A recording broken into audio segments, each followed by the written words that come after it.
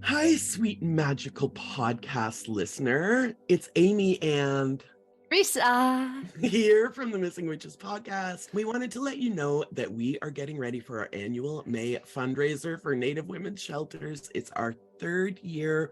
It's the fourth year that we've donated our proceeds, but the third year that we're doing this fundraiser.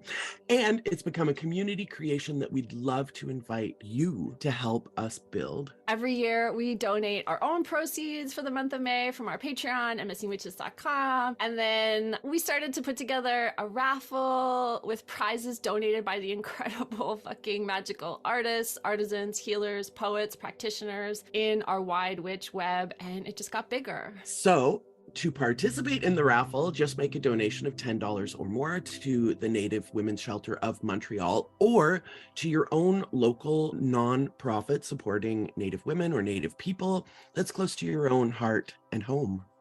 And then just send the receipt for your donation to missingwitches@gmail.com and you'll be entered in our great big prize draw. I think we do one entry for every $10 of your donation. So if you make a $100 donation, that's 10 entries, something like that. That's right.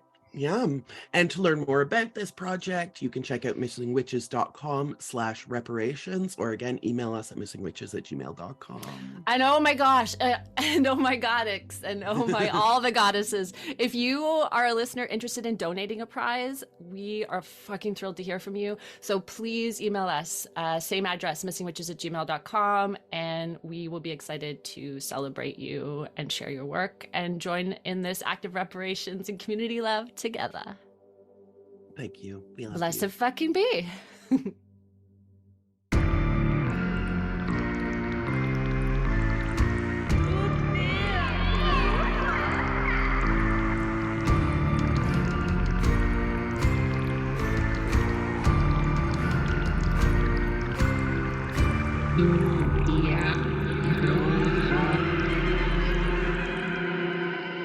Hola, bienvenidos. Welcome to another episode of Tu Tía Bruja. I'm Bex Carlos, your designated Tía Bruja. So first order of business is I want to announce that we have partnered with Missing Witches, the podcast, zine community. They have an annual fundraiser to benefit Indigenous women's shelters, not just locally where they are located, but also all over the world. Like if you just submit proof that you donated to an Indigenous women's shelter or have donated money to help Indigenous women, you get entered to win some really amazing prizes and services from a lot of folks in the witchy and bruja community. And you know, a bitch loves solidarity, loves being able to uplift folks and help folks that really need it. So if you are in a place to donate, by all means, please do. And if you can't, share it. The energy used in sharing and allowing other people to potentially have eyes on something that they might not have access to is equally as valuable. I wanted to do a poll of some oracle cards because I have a lot to say and I don't necessarily know how to say it. So I'm pulling from Marcella Kroll's Roast Iconic Oracle deck. And the cards I pulled are Triggered, Love and Gaslight, and Land Back. And I feel like those are so appropriate, and I'm going to explain why. I'm always going to uplift and help Indigenous people. I do not call myself an Indigenous person. I am the descendant of Indigenous people. And I will clarify why I say that instead of saying that I am Indigenous or I am a detribalized Indigenous person. I say that I am the descendant of Indigenous people because I know that I am. I know the people that I come from, but I do not speak the language. I did not grow up in the tradition. And I personally think it is a disservice to claim to any capacity that my life experience is the same as theirs because I am a fair-skinned person. I am mestizo and I am fair-skinned, and therefore the levels of violence and atrocities that I will see are not on the same caliber. And again, I think it is a disservice to claim that. Personally, I'm not going to judge or critique anybody else's life experience.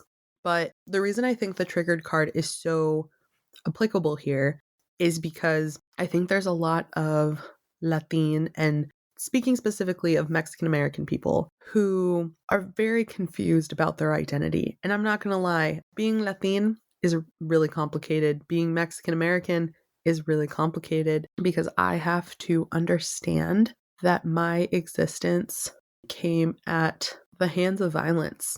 I recently found out that in Mexico, as part of the violence of colonization, if you will, Indigenous women with babies were often targeted, and they were drowned. They would throw the baby into a body of water, and if there was not a body of water available, they would beat it with a rock. They would bash their head in with a rock. And I think that it should just be understood that there should probably be a trigger warning with every episode, because we're going to dive into some deep shit. Some really, we're healing generational trauma. It's not all beautiful. And then if it wasn't enough to murder their children, they would often be sexually assaulted and then murdered.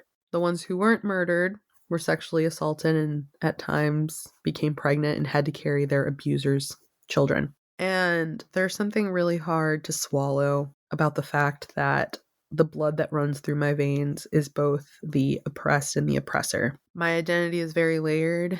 My identity has a lot of blemishes. My identity is complicated. And I think that the best thing that we can all do is do a honorable service to understand both parts that make us up, both the beautiful love and light, but also the darkness and evil of the colonizers. And I think that this is a conversation that can be very triggering. It can be very difficult. And a lot of people don't want to claim identity to the abusers and the toxic people that abused our ancestors. That doesn't stop it from being in our blood. That doesn't stop it from being in the blood of our parents, our grandparents, our siblings, our uncles and aunts. Let me tell you something. The mother wound, it runs deep. When your grandmother was pregnant with your mother had all of the eggs that would one day become you, your siblings. Y'all can all carry violence and trauma that doesn't even belong to you. That started way before you were born, but we carry that. And we have the choice to heal it, to learn from it, to let it go, and ensure that future generations don't inflict violence and ignorance in the way that the people before us did. And I think that the love and gaslight, right? Because it's easy to show up and love the beautiful parts. I think there's so many parts of the traditions and the culture that we gain from Indigenous people in Mexico that are distinctly from Indigenous people. And I really do think it is gaslighting, and I really do think it's a disservice to just take the good and not also speak about and heal and work past the evil. Because the thing is, that stuff still lives inside of us unless we figure out a way to let it go. And the land back card, for me, is the only way I truly feel that we can help the Indigenous folk in our lives and in the world, is by healing and having these difficult conversations, because a lot of people who face this are ancestors. I have a lot of privilege, and I very much acknowledge that. I want to give a shout out to Johnny and Eileen of Oikeror, because I know we sort of touched on Latinidad and how honestly a lot of the times it's a lot of bullshit because it only highlights the Eurocentric parts, beauty features, whatever. But the reason that in Mexico and in so much of Latin America, our traditions are so rich and beautiful is because of the Indigenous folk and the African folk and all of these traditions that accumulated and blended and fused for us to have what we have. Like, yeah, we speak Spanish, but when you really start to analyze, it doesn't all come from the Spanish. I also want to shout out Cristina of Spooky Tales, because we analyzed the Bravo 100 Scariest Movie Moments. And film was my first love. It truly was. I think because it helped me understand so much of the world around me. Being the child of immigrants, like, I didn't have a manual that told me, oh, hey, this is what you're going to expect, and this is how your life is going to differ than your parents. And there's going to be times where they're like parallel experiences because you're figuring this out and they're figuring this out, and you're basically helping each other figure it out. But that is why I loved movies. They just made me aware of the world around me. And I remember when that countdown came out, my friends and I, we would have movie nights. I remember we had like a triple feature once of the theme was Be Nice to the Weird Kid. And it was a triple feature with Psycho, Carrie, and Freaks. And we had a lot of nights like that where we just kind of chipped away at the list. You know, I was always really good. If you give me a list, I can usually start to chip away at it. Then I went off to college. And in college, I think something, happened in my brain. And for whatever reason, like, I didn't necessarily want to make movies, or maybe I didn't think I was good enough to make movies, or I don't know. But I pivoted from loving film and admiring film in the way that I did to wanting to work in audio. And I think that has a lot to do with the fact that like my second love, I would say, is music, because there's just so many songs that like punch you in the gut and makes you feel something so intense, And so because I love music so much, I had so many bonding experience with like my parents or people with music, and I just loved audio so much. So I ended up going into mass media. I was so fortunate as a college student. I was a junior. I had started working at the student-run radio station, and then a position opened up at the local pop station. I worked there for a few years and then ended up moving back home after college. And I had like graduated and was full-time for a bit, and I just was like, I need something different. So I moved up to St. Louis and I worked at the alternative radio station in my town for a few years. And then after that, I worked at an adult contemporary station. And I just think about how like that foundation really allowed me the push to just like, hey, you know how to do all these things. Like, what if you figured out a way to do it for yourself? Which is how I got into podcasting, started editing shows for people. I started creating, dabbling with like different show ideas until I created this one. And I just think about how it's so much easier now. Today's guest is Jason Ramirez, and he is the host of the Hit List podcast. And his podcast focuses on the guest comes on, they watch a movie that the guest has never seen before. They both watch it, they analyze it, discuss it, whether they enjoyed it or they didn't. I was on his podcast and we discussed the movie Volver. When I was in college, I took so many different film classes. I took international cinema, I took world cinema, I took French cinema, I took US cinema. I watched a lot of movies, and I really started to like learn how to analyze them and appreciate the artistic value that they brought to the table that was so beyond just like blockbusters from Hollywood. And I think it was like in my senior year, I was getting pretty close to the end of the semester, and we were supposed to watch Volver, and I didn't watch it. So my redemption arc was being on Jason's podcast. I really enjoyed it. It is a film by Pedro Almodovar. He is a Spanish director. What I like about his films is he is a openly gay man who was making films after Francisco Franco, who was the fascist dictator in Spain.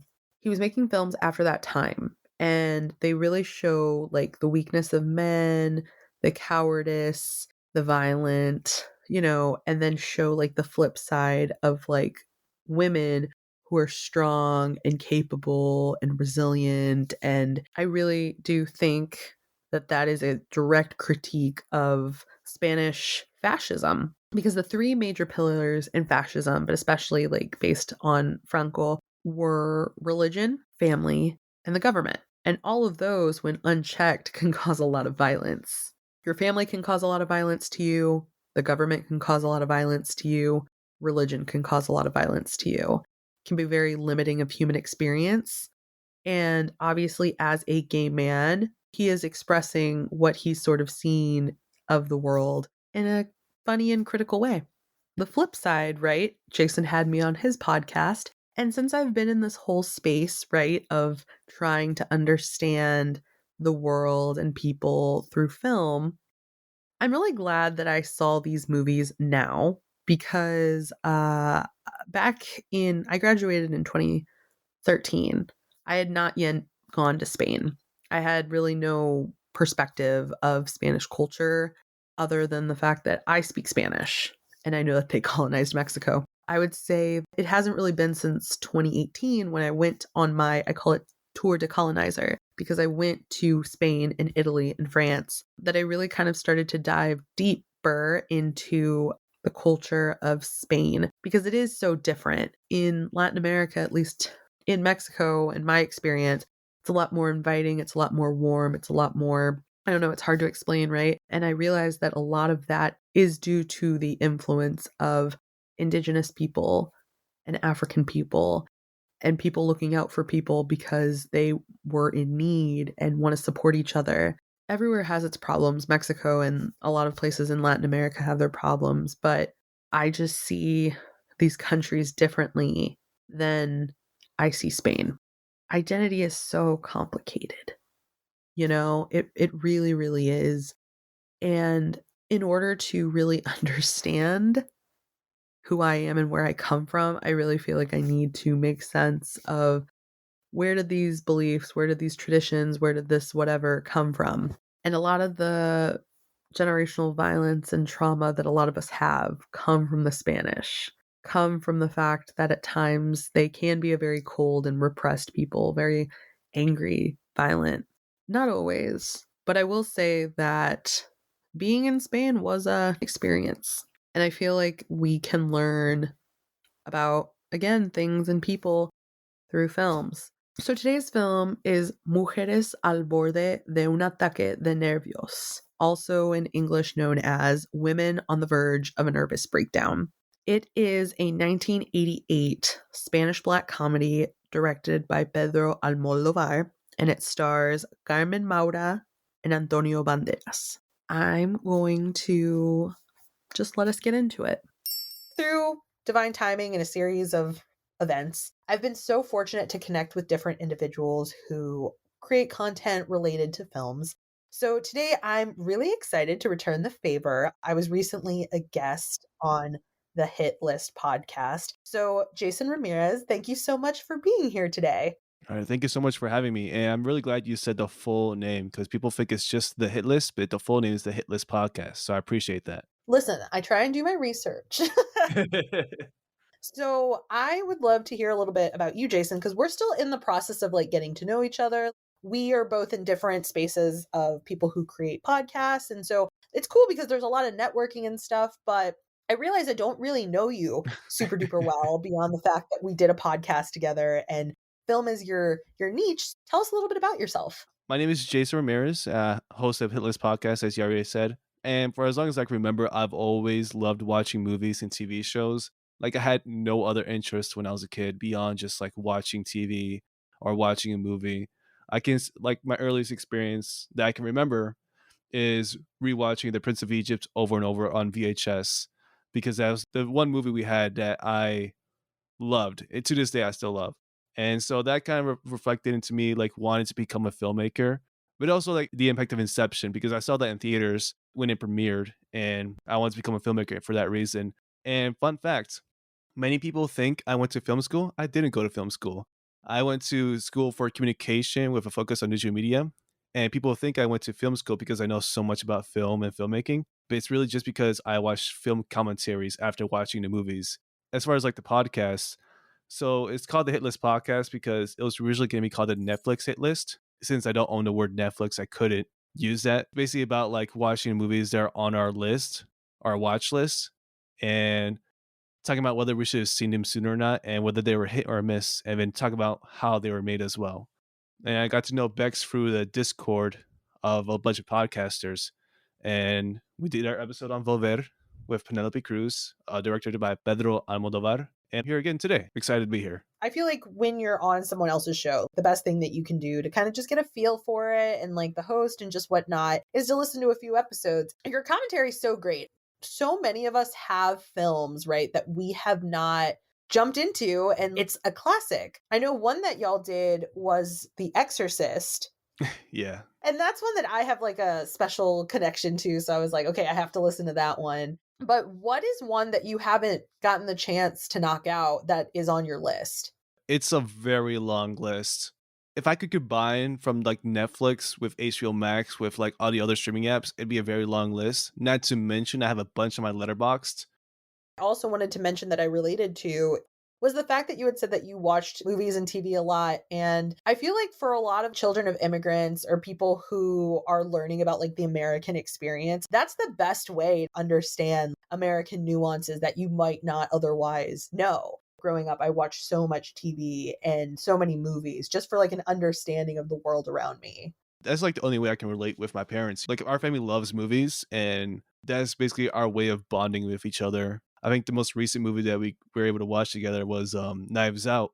And my parents love that movie because like they love mysteries. I guess that kind of translated to me because I love mysteries as well. It's just a way of like spending time together because, you know, growing up working class, we couldn't really afford to like go skiing, you know? I relate. Never gone skiing once in my life. Let's dive into the reason that we're here today because, again, we watched one of Pedro. Is it Almodovar? I think it's Almodovar, yeah. So we watched Volver on your podcast Mm-hmm. for your podcast. And so today we are discussing Women on the Verge of a Nervous Breakdown, or as it's known in Spanish, Mujeres al Borde de un Ataque de Pánicos.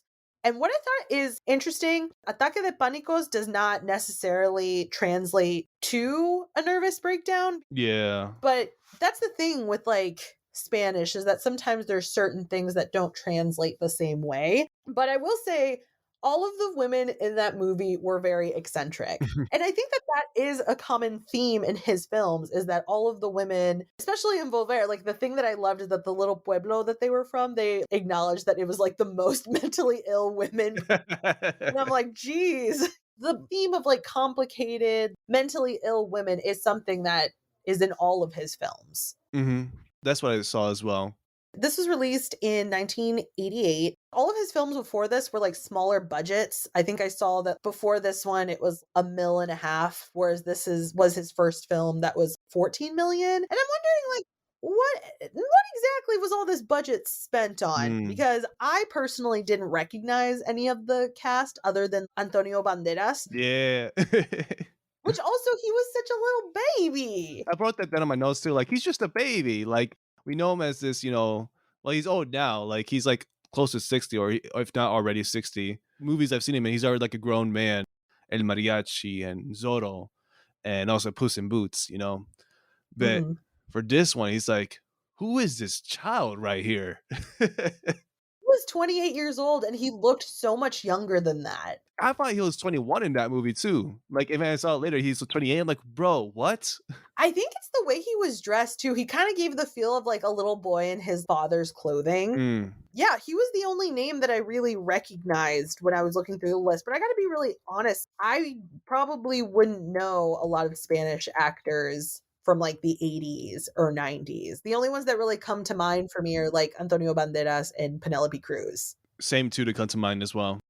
The film is about a woman named Pepa, and she's going through it. Her boyfriend's left her. They're both voice actors who dub foreign films. And all throughout the movie, like, she's trying to get in contact with Yvonne, and it's a lot of phone tag. She has moments where she's like kind of losing it and like will rip the phone out of the wall and throw it through the window. And she's kind of trying to decide like what's the next step in her life. So she's burnt down her bed at one point. She's like really just emotionally going through it. So she's thinking about renting this place, probably because she has all these memories with her boyfriend or whatever. She has maybe the worst and best luck in the world. The guy who's interested in renting it is the son of her lover. So the son of her lover, who is Antonio Banderas, his name is Carlos in the movie, and his girlfriend Marissa come and see it. And at the same time, she's harboring her friend who she thinks is a fugitive because she got connected with some terrorists, and there's just like a lot going on. And then Pepa goes to speak to a lawyer about potentially helping her friend. It's like, well, she didn't really do anything, and the lawyer's really no help. And then you find out that Yvonne has another lover that he had before Pepa, who is locked away in an insane asylum, and she's released. It's interesting because you find out that there are all these women that just want Yvonne so bad, and it's sort of creating this whole kerfuffle because even the lawyer was very cold because she kind of has a thing with him. These police officers come and they're trying to talk to Pepa's friend and like, okay, well, we need information. Someone here had called and there was information about a terrorist attack that's supposed to play out. Who made the call? And they give the police officers a gazpacho that is spiked with drugs, and earlier they had given Mhm. Carlos's girlfriend or fiance, they're all like passed out in this apartment. So Peppa runs to try and meet with Yvonne because they're trying to like kill him. And then through all of this, that seems like a fever dream. At the end, she saves him. She ends up at her apartment, and you find out that the reason she was trying so hard to communicate with him is because she was pregnant Mm. or is pregnant. That's the movie in a nutshell. Jason, what were your thoughts? So growing up, I was not allowed to watch telenovelas, and also I wasn't interested in them. So I never really understood the hype for them. And then I saw this show a few years ago called Jane the Virgin, which was like a parody, but also a telenovela. Mm-hmm. And I'm like, okay, I get it now. And so, like, when you recounted the whole story, like the summary of the whole movie, I'm thinking, like, yo, this is just a telenovela, but like so much funnier than I've ever seen. The reason why I really like the movie is because the characters aren't trying to be funny. They have their own serious situations. They treat it as serious as they can. It's just like how they react to it is really funny. Yeah, it's the best comedy, you know? Like, so much comedy I see lately is just like people just doing the most outrageous things just for laughs. But no, just play it straight. It's so much funnier that way. I think that's something about the Spanish that I do appreciate is that they are very unintentionally funny. That's also because Spanish is one of those languages that you can say so much with saying so little. And so there's a lot more nuance there. Like my dad will sometimes, there's a phrase that I've heard people say where it's like, you thought you were going to Guatemala, but you went to Guatepeor. And I was like, what? And then when when you're like, oh, well, mala, peor. And like, so you get it, but it's just like, holy shit. So many things like that in Spanish, and I feel like, no, I get you. Cause in this movie, there were a lot of times where there were things that were just, this shouldn't be as funny as it is, but it really, really is. It's like you were saying earlier about like how the title doesn't really translate to English. When parents call their kids, I'm gordito, ¿cómo estás? ¿Dónde está mi gordito? Or like the saying like sana sana colita de rana. If you say that in English, it doesn't make sense, but it does in Spanish, you know? Mm-hmm. Okay, one thing that I observed in the movie was I think that there are times Spanish people look down at Latin America.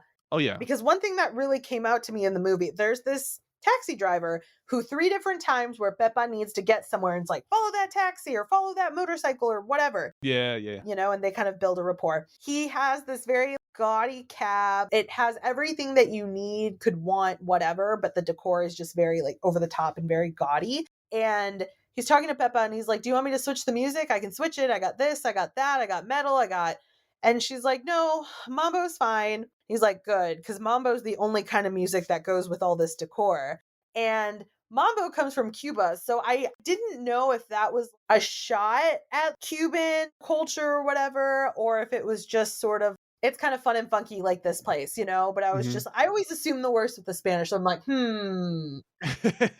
Did you catch that? Not at first, but I did see like later on, I was doing research on the film about La Movida Madrid, the whole counterculture movement that was happening after the Spanish dictator's death in 1975, and how there was a huge move to like create this art that wasn't really allowed during the fascist regime. Almodovar's impact of the film like kind of inspired that or was inspired by that movement. So I think some of it is like some of the culture that he saw like during that era, like in the 80s. That's probably just me overthinking it. I love the Mambo Taxi. Like it just reminds me like modern Ubers, like some people will like go over the top to make sure they get the 5 stars, like having like waters or like tissue paper or whatever. But as far as like the critique of like Latin culture, I'm not sure if that's what it was, to be honest. I always, like I said, assume the worst. Okay, one of the things that had me dead though is there's a commercial for a laundry detergent. Oh yeah, I love that commercial. Eke Omo, I think is what it was called. And so it's like this lady states, she's like, I'm the mother of the infamous Crossroads killer. And when my son brings filthy clothes home after he's committed a heinous crime, I use this particular brand of laundry detergent and it gets it so clean you'll think it's a lie. And the police come in and they're like, it's clean. No like blood or guts anywhere. It's so funny because I remember this joke from Jerry Seinfeld where he basically makes one of like those commercials of they're saying like you can get rid of like these blood stains. In what situation would we need to get rid of that much blood? Like I'm not a serial killer. And then to see this joke in the movie, I'm like, you know what? I love to see it. I think Jerry Seinfeld might have gotten the joke from this movie. That commercial, so ridiculous, but all right, like I'm on board. You'll have to remind me, Jason, because I know that you are Latino as well, but I don't want to assume the country. I mean, I'll let you assume it. I won't get offended. I could have sworn it was it Honduras? Yeah. Okay, it was. Okay, cool. And El Salvador. Because I was like, is it both or is it just one? Do you feel like that's a common thing that you see, like kind of a dark sense of humor in like the cultures of both of those countries? I come from a very unique background where my parents are very religious. And so their sense of humor is very lighthearted, kind of like Chespirito or Chavo, if that type of sense. Like just like punny stuff. Like you'll say, like for example, my mom will say, Jason, go get me some paper, and I'll give her a piece of paper. Yeah, something like that. It's like very lighthearted, like for my family. So I can't say for certain about like El Salvador and Honduras, but I will say we have a very dark view of humanity. You know what though? I think that comes from like the news, because that's something that I remember growing up with, like Primer Impacto. Exactly. You know, like it's just like bad things are happening all the times, but also aliens, but also witches. That is a shared experience that a lot of us have. Was there anything in the film that popped out at you? Oh yeah. So I guess like their form of stalking was like actually stalking. Like they had to go the extra mile to like find out where these people were. Like I'll admit, I do some cyber stalking. Like I'll research my interviewers before I go in for a job interview. Like, what should I say? Like what's their background, you know? Whereas for Pepa in this movie, she's like trying to find Ivan, and she not only like follows the cab of his ex-wife, but she's also able to like figure out the apartment number off of this past comment that she made to the show from a phone number or whatever. And then just the whole amount of work that went into stalking, I'm like, wow, they really went the extra mile for this right here. It was like really funny to see like the extent that she went to do it. That was something I really liked. That I was really funny because it was like it was so serious to her, but to me it's like, yo, at the time I didn't know the reason why she was going through the whole extent of like contacting Ivan. I thought she just needed to move on, but like, oh, she's actually pregnant. But like at the time, like, yo, just move on. I think the one thing I noticed that was similar to Volver was like the night scene where she's like sitting outside in the car outside like the apartment. I'm pretty sure it's the same street in Volver where the mom is talking to Penelope Cruz's character. I'm pretty sure. One joke I found really funny was it Candela when she almost jumped off the roof, and then Peppa was like, "You could have killed yourself," and she said that was the idea. I thought That was very funny. Also, like the fact that Peppa was such a bad friend to her, she's like, I'm going through. She's like, oh my God, you're such a pest. It's like, Peppa! Okay, something that I thought was amusing about Candela, because she's kind of the comic relief. Mhm. One thing that I thought was amusing is at one point, Carlos, Antonio Banderas' character, he like kisses her and she starts crying. And that was like really funny. And then later, she's apologizing to him because she has sort of made fun of the fact that he has a stutter. And she's like, oh, I shouldn't have done that. But I thought that was amusing because I recently heard that the reason that a lot of Spanish people, if not all Spanish people, have that lisp is because there was King Ferdinand. So he had a lisp. So a lot of in the 13th century, so a lot of people to sound high class, they would start to imitate him. Wait, what? Yeah, not realizing he had like a speech impediment. The common folk or whatever were like using the lisp. So that's why you have Barcelona. That's why? Apparently. And I really hope, I looked online and it says that that's something that's been discussed more in like the last couple of decades. And I really hope it's true because that's really fucking funny. Because, I mean, here's the thing too, right? It's not that you necessarily hear that everywhere in Spain. It kind of just seems like it is in the bigger cities. Right. So I wouldn't be surprised if it was people from the cities just being like, I'm better than you. I speak like royalty. But the royalty spoke with a lisp. Honestly, knowing human behavior, I think that's true. In addition to that, there was a moment where Paulina, who's the lawyer, who's Ivan's girlfriend. She, at one point when they're at the airport, she calls him weak and he agrees with her. And then she says, don't agree with me. And he says, but I am. And she's like, I know, but there are times I don't want to be right about. Speaking of Paulina, two scenes I really loved with her on there when Peppa first meets her. And then like she says, I'm not going to help Candela. She should be prosecuted. And then Peppa just like slaps her. And like just the slap, the way she just sits down immediately. I could not stop laughing for like a minute straight. It's simulated slap. Whenever they make us do a slap on the movie, they make it so like it's a different angle. So it looks like it's slap. They're actually a few feet away because they don't actually want to hurt the actor. Just the effect it had on her that she went from standing to sitting down.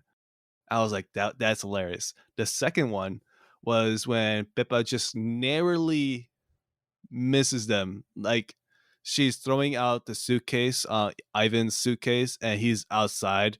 And so is Paulina, and she sees her like walking to the garbage, and she has to like pull her seat down to avoid like being caught.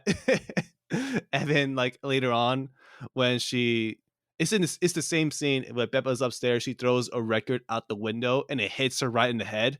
And she thinks like, oh, she knows we're here. We had to go. So many things, like you said, that were like unintentionally funny. And that whole scene was one of them. I just want to really like point out that Yvonne had these three women losing their fucking shit over him, you know? Lucia, who was Carlos's mom, and you find out that like she was locked away in a mental hospital, and so she faked being sane to be let out to try and kill him. Vibes, honestly. Right? Her, Peppa, Paulina, all three of. I don't know what that says about him because he did seem very cowardly. You have all of these different times where him and Peppa are just like missing each other. He's leaving messages for her and avoiding her. It's just so messy. I also remember like the very first scene when he's like saying those words, the lines for like the film's dubbing. And as he's saying this, he's looking at all these different women as he's walking to work. And I just laughed because they're all like different women from around the world. The way they were dressed, like you can tell, like he's like looking at all these women. And at first you're thinking this man is like an unfaithful guy. He's saying this as he's looking at all these other women. And then it's like he is an unfaithful person.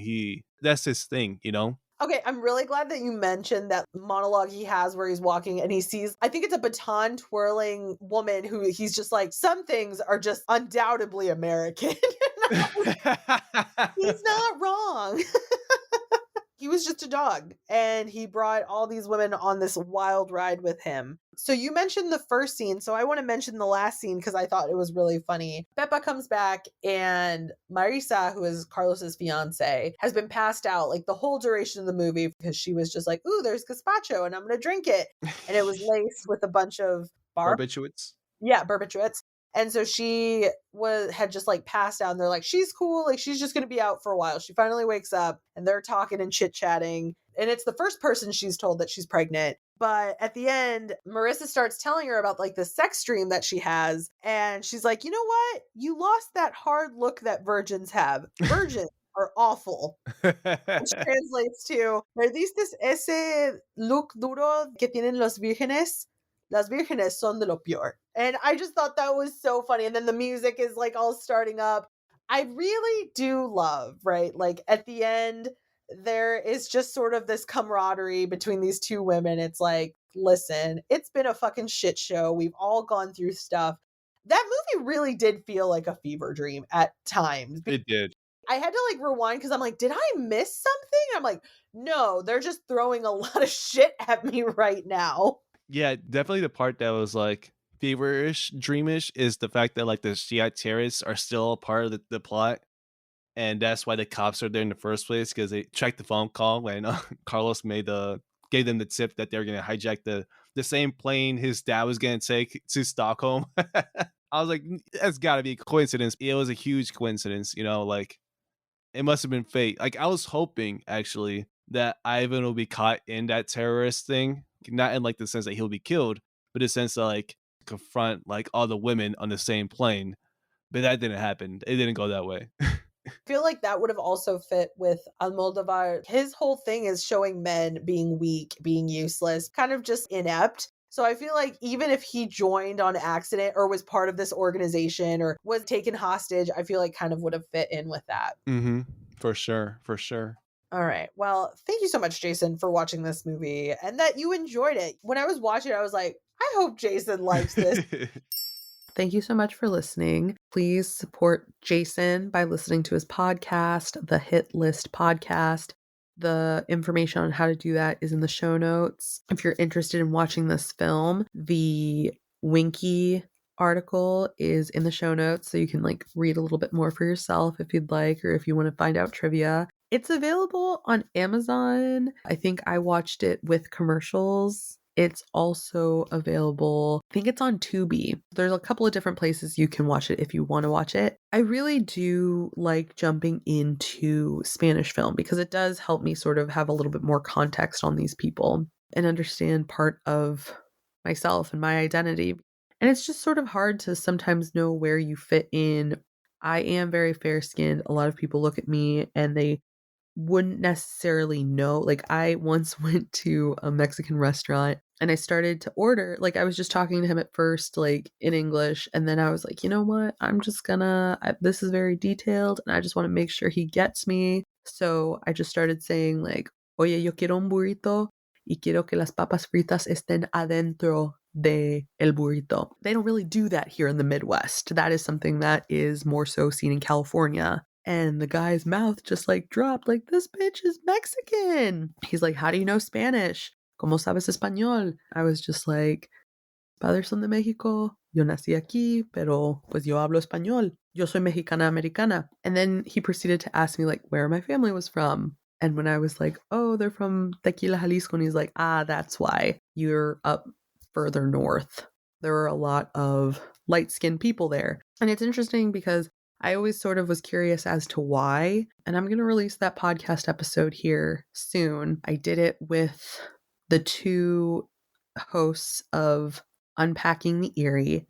The whole episode is about witch hunts, but I really did dive deep on the witch hunt, if you will, or at least the process of colonizing Tequila, which is where my family is from.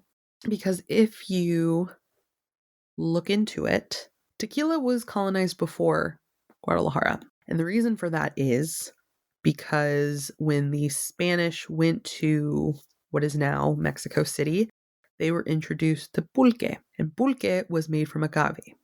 And they were sort of like, where do we get more of this? Because what if we run out of grapes and we can't have brandy? So they needed to find something else to get them drunk, which eventually became tequila. Guadalajara was the second city established when Mexico was being colonized, but tequila was established before. I am excited for y'all to be able to re-listen to that episode. It's a really good one. It's powerful. Again, shout out to Missing Witches, and please support their fundraiser. The information to do that is in the show notes. And again, I used Marcella Kroll's Roast Iconic deck. She is re-releasing that with more cards, and I think they're larger, a little larger now because these are very tiny. So definitely look into that too. All of the information to support our friends are in the show notes. And I'm really thankful that you listened to this episode, and I hope you gain something from it, and I look forward to sharing space with you again. Thanks again. Bye.